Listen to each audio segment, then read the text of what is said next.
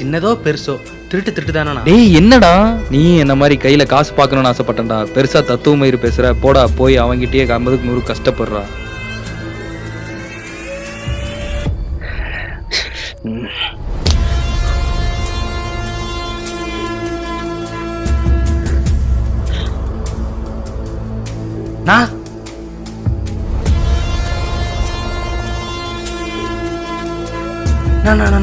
என்னடா நீ சொல்றது கரெக்டு தானா?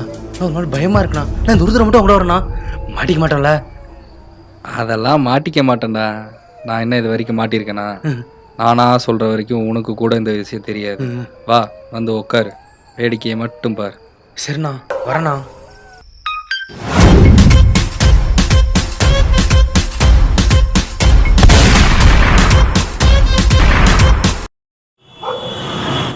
நான் வண்டியிலே வந்துக்கலாம், காலெலாம் வலி.